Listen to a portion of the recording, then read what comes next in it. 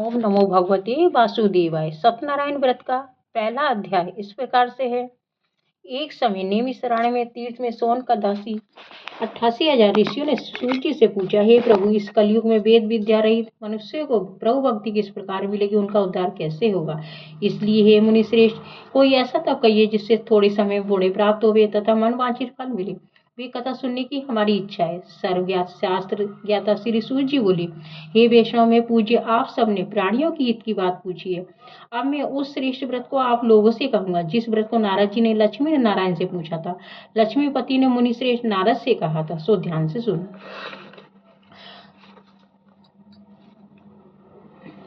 एक समय योगी राज नारद जी दूसरों की हित की इच्छा से अनेक लोकों में घूमते हुए मृत्यु लोक में आ पहुंचे। यहाँ अनेक योनियों में जन्मे हुए प्राय सभी मनुष्य को अपने कर्मों के द्वारा अनेकों दुखों से पीड़ित देखकर सोचा, किसी यत्न के करने से निश्चय प्राणियों के दुखों का नाश हो सकेगा। ऐसा मन में सोचकर विष्णु लोक को गए। वहां श्वेत वर्ण और 4 भुजाओं वाले देवों ईश नारायण को देखकर, जिनके हाथों में शंख चक्र गदा तथा पद थे तथा वरमाला पहने हुए थे, स्तुति करने लगे, हे भगवान, आप अत्यंत शक्ति से संपन्न, मन तथा वाणी भी आपको नहीं पा सकती। आपका आदि मध्य अंत नहीं है। निर्गुण स्वरूप, सृष्टि के आदिभूति व भक्तों के दुखों को दूर करने वाले, आपको मेरा नमस्कार है। नारद जी ने इस प्रकार स्तुति सुनकर विष्णु भगवान बोले, हे मुनि श्रेष्ठ, आपके मन में क्या है? आपका किस प्रकार के लिए आगमन हुआ है? निसंकोच कहो। तब नारद मुनि बोले, मृत्यु लोक में सब मनुष्य जो अनेक योनियों में पैदा हुए हैं, अपने अपने कर्मों के द्वारा अनेक प्रकार के दुखों से दुखी हो रहे हैं। हे नाथ, मुझ पर दया रखते हो तो बतलाइए, उन मनुष्यों के सब दुख थोड़े से प्रयत्न से कैसे दूर हो सकते हैं? श्री भगवान जी बोले, हे नारद, मनुष्य की भलाई के लिए तुमने बहुत अच्छी बात पूछी है।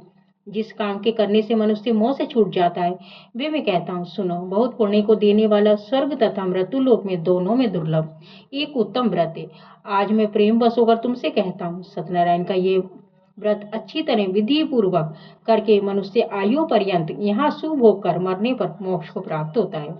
श्री भगवान के वचन सुनकर नारद मुनि बोले, उस व्रत का फल क्या है, क्या विधान है, किसने ये व्रत किया था, किस दिन ये व्रत करना चाहिए, विस्तार से कहिए। भगवान बोले, दुख शोक आदि को दूर करने वाला, धन धान्य को बढ़ाने वाला, सौभाग्य तथा संतान को देने वाला, ये व्रत सब स्थानों पर विजय करने वाला है। भक्ति और श्रद्धा के साथ किसी भी दिन मनुष्य श्री सत्यनारायण की शाम के समय ब्राह्मणों और बंधुओं के साथ धर्म प्राण होकर पूजा करे। भक्ति भाव से नैवेद्य केले का फल, घी, दूध और गेहूं का चूर्ण सवाया लेवे। गेहूं के अभाव में साठी का चूर्ण, शक्कर तथा गुड़ ले और सब भक्षण योग्य पदार्थ जमा करा के भगवान को अर्पण कर देवे तथा बंधुओं सहित ब्राह्मणों को भोजन करावे।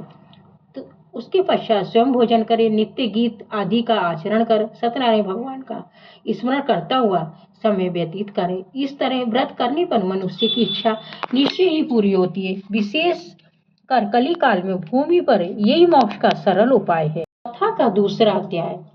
सूजी बोले, हे ऋषियों, जिसने पहले समय में इस व्रत को किया था उसका इतिहास कहता हूँ, ध्यान से सुनो। सुंदर काशीपुरी नगरी में एक अत्यंत निर्धन ब्राह्मण रहता था।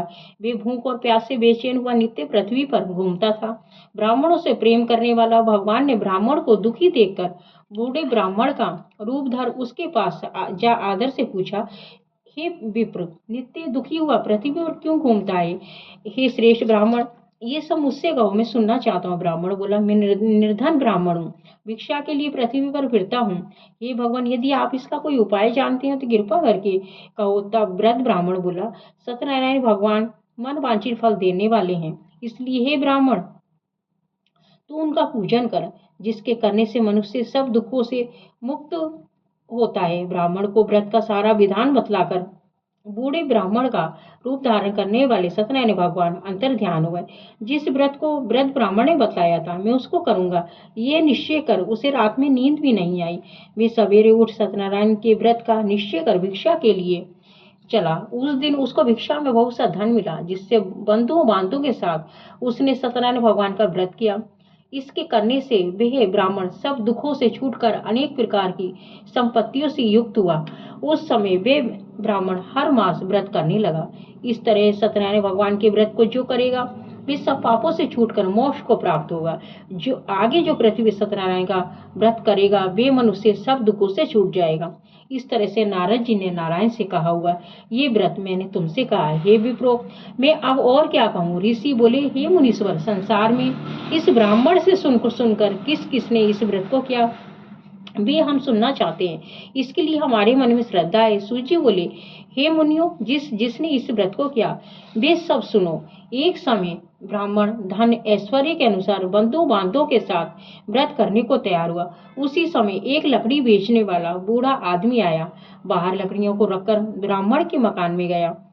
प्यास से दुखी लकड़हारा उनको व्रत करते हुए देखकर ब्राह्मण को नमस्कार कर कहने लगा, आप ये क्या कर रहे हैं? इसके करने से क्या फल मिलता है? कृपया करके मुझसे कहो। ब्राह्मण ने कहा, सब मनोकामनाओं को पूरा करने वाला ये सत्यनारायण भगवान का व्रत है। इसकी कृपा से मेरे यहाँ धन धान्य की वृद्धि हुई है। ब्राह्मण इस व्रत के बारे में जानकर लकड़हारा बहुत प्रसन्न हुआ। चरणामृत ले प्रसाद खाने के बाद अपने घर को गया। लकड़हारे ने अपने मन में इस प्रकार का संकल्प किया कि आज ग्राम में लकड़ी बेचने से जो धन मिलेगा उसी से सत्यनारायण देव का उत्तम व्रत करूंगा। ये मन में विचार कर बूढ़ा आदमी लकड़ियां अपने सिर पर रखकर जिस नगर में धनवान लोग रहते थे ऐसे सुंदर नगर में गया। उस रोज वहां उसे उन लकड़ियों का दाम पहले से चौगुना मिला। तब वे बूढ़ा लकड़हारा दाम ले अति प्रसन्न होकर पक्के केले की फली, शक्कर, घी, दूध, दही और गेहूं का चून इत्यादि सत्यनारायण भगवान के व्रत की कुल सामग्रियों को लेकर अपने घर को गया। उसने अपने भाइयों को बुलाकर विधि के साथ भगवान जी का पूजन और व्रत किया। उस व्रत के प्रभाव से वो बूढ़ा लकड़हारा धन पुत्र आदि से युक्त हुआ और संसार के समस्त सुख होकर वैकुंठ को चला गया। हरिओम नमो भगवते वासुदेव। कथा का तीसरा अध्याय इस प्रकार से है। सूजी बोले, हे मुनि श्रेष्ठ, अब आगे की कथा कहता हूँ, सुनो। पहले समय में उल्का मुख नाम का एक बुद्धिमान राजा था। वे सत्यवक्ता और जितेंद्रिय था। प्रतिदिन देव स्थानों पर जाता था तथा गरीबों को धन देकर उनके कष्ट दूर करता था। उसकी पत्नी कमल के समान मुख वाली सती साध्वी थी। भद्रशिला नदी के तट पर उन दोनों ने श्री सत्यनारायण का व्रत किया। उस समय वहां एक साधु वैश्य आया। उसके पास व्यापार के लिए बहुत सा धन था। वे नाव को किनारे पर ठहराकर राजा के पास आ गया और राजा को व्रत करते हुए देखकर विनय के साथ पूछने लगा, हे राजन, भक्ति युक्त चित्त से ये आप क्या कर रहे हैं?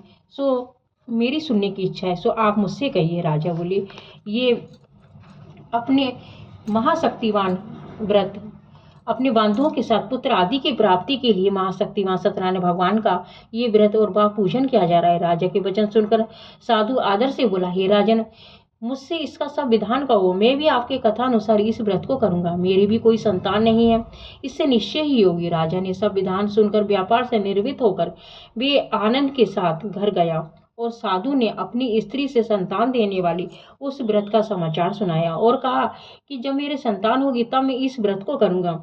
साधु ने ऐसे वचन अपनी स्त्री लीलावती से कहे। एक दिन उसकी स्त्री लीलावती पति के साथ आनंदित हो सांसारिक धर्म में प्रवृत्त होकर सत्यनारायण भगवान की कृपा से गर्भवती हो गई तथा 10वें महीने में एक सुंदर कन्या का जन्म हुआ। दिनों दिन वे कन्या इस तरह बढ़ने लगी जैसे शुक्ल पक्ष का चंद्रमा बढ़ता है। कन्या का नाम कलावती रखा गया।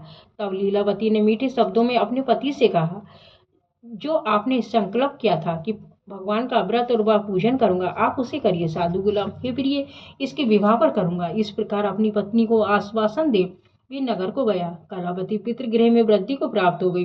साधु ने जब नगर में सखियों के साथ अपनी पुत्री को देखा तो तुरंत दूत बुलाकर कहा कि पुत्री के वास्ते कोई सुयोग्य वर देख कर लाओ। साधु की आज्ञा पाकर दूत कंचनपुर नगर पहुंचा। वहां बड़ी खोज और देखभाल के पर कर लड़की के लिए सुयोग्य वाणिक पुत्र को ले आया। उस सुयोग्य लड़के को देखकर साधु ने अपने बंधु बांधवों सहित प्रसन्नचित्त अपनी पुत्री का विवाह उसके साथ कर दिया। किंतु दुर्भाग्य से विवाह के समय भी उस व्रत को करना भूल गया। तब श्री भगवान क्रोधित हो गए और श्राप दिया कि तुम्हें दारुण दुख प्राप्त हो। अपने कार्य में कुशल साधु बनिया जमाता सहित समुद्र के समीप स्थित रतनपुर नगर में गया और वहां दोनों ससुर जमाई चंद केतु राजा के उस नगर में व्यापार करने लगे। एक रोज भगवान सत्यनारायण की माया से प्रेरित कोई चोर राजा का धन चुराकर भागा जा रहा था। किंतु राजा के दूतों को आता देखकर चोर ने घबराकर भागते हुए राजा के धन को वहीं चुपचाप रख दिया जहां पर जो ससुर जमाई ठहरे हुए थे। तब दूतों ने उस साधु वैश्य के पास राजा के धन को रखा देखा, तब दोनों को बांध कर ले गए और प्रसन्नता से दौड़ते हुए राजा के समीप जाकर बोले, ये दो चोर हम पकड़ कर लाए हैं, देखकर आज्ञा दें। तब राजा की आज्ञा से उनको कठोर कारावास में डाल दिया गया। उनका सब धन छीन लिया गया। सत्यनारायण भगवान के श्राप द्वारा उनकी पत्नी भी घर पर बहुत दुखी। घर पर जो धन रखा था चोर चुरा कर ले गए। शारीरिक व मानसिक पीड़ा तथा भूख और प्यास से अति दुखित हो अन्न की चिंता में कलावती एक ब्राह्मण के घर गई। वहां उसने सत्यनारायण भगवान का व्रत होते हुए देखा, फिर कथा सुनी तथा प्रसाद ग्रहण कर रात को घर आई। माता ने कलावती से कहा, हे पुत्री, अब तक कहाँ रही? तेरे मन में क्या है? कलावती बोली, हे माता, मैंने एक ब्राह्मण के घर श्री सत्यनारायण भगवान का व्रत देखा है। कन्या के वचन सुनकर लीलावती भगवान के पूजन की तुरंत तैयारी करने लगी। लीलावती ने परिवार और बंधुओं से सत्यनारायण भगवान का पूजन किया और वर मांगा कि मेरे पति और दामाद शीघ्र आ जाए। साथ ही प्रार्थना की कि हम सबका अपराध क्षमा करो। सत्यनारायण भगवान इस व्रत से संतुष्ट हो गए और राजा चंद्र केतु को सपन में दर्शन देकर कहा, हे राजन, दोनों वैश्य को प्रातः ही छोड़ दो।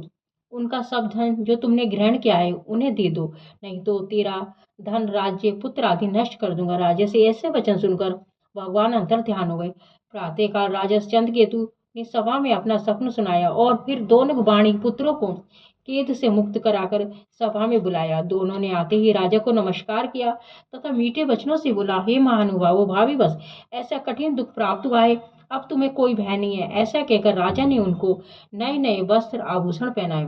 उनका जितना धन लिया था उससे दूना धन देकर आदर सहित विदा किया। दोनों वैसे अपने घर को चल दिए। हरिओम नमो भगवते वासुदेवाय। कथा का चौथा अध्याय इस प्रकार से सूची बोले, वैश्य ने मंगलाचार करके यात्रा आरंभ की और अपने नगर को चला। उनके थोड़ी दूर निकलने पर दंडी वेशधारी सत्यनारायण ने उनसे पूछा, हे साधु, तेरी नाव में क्या है? अभिमानी वाणी हंसता हुआ बोला, हे दंडी, आप क्यों पूछते हैं? क्या धन लेने की इच्छा है? मेरी नाव में तो बेल और पत्ते भरे हुए हैं। वैश्य का कठोर वचन सुनकर भगवान ने कहा, तुम्हारा वचन सत्य हो। दंडी ऐसा कहकर वहां से दूर चले गए और कुछ दूर जाकर समुद्र के किनारे बैठ गए। दंडी के जाने पर वैश्य ने नित्य क्रिया करने के बाद नाव को ऊंची उठी देखकर अचंभा किया और नाव में बेल पत्ते आदि देखकर मूर्छित हो जमीन पर गिर पड़ा। फिर मूर्छा खुलने पर अत्यंत शोक प्रकट करने लगा। तब उसका दामाद बोला, आप शोक ना करें, ये दंडी का श्राप है, अतः उनकी शरण में चलना चाहिए, तभी हमारी मनोकामना पूर्ण होगी। दामाद के वचन सुनकर वे दंडी के पास पहुंचा और अत्यंत भक्ति भाव से नमस्कार करके बोला, मैंने जो आपसे असत्य वचन कहे थे उनको क्षमा करो। ऐसा कहकर महान शोकातुर हो रोने लगा। तब दंडी भगवान बोले, हे वाणी पुत्र, मेरी आज्ञा से तुम्हें बार बार दुख प्राप्त हुआ है, तू मेरी पूजा से विमुख हुआ है। साधु बोले, हे भगवान, आपकी माया से मोहित ब्रह्मा आदि आपके रूप को नहीं जानते, तो मैं अज्ञानी कैसे जान सकता हूँ? आप प्रसन्न होइए, मैं सामर्थ्य के अनुसार आपकी पूजा करूंगा। आप मेरी रक्षा करो, पहले के समान नौका में धन भर दो। उसके भक्ति युक्त वचन सुनकर भगवान प्रसन्न हो उसकी इच्छा अनुसार वर देकर अंतर ध्यान हो गए।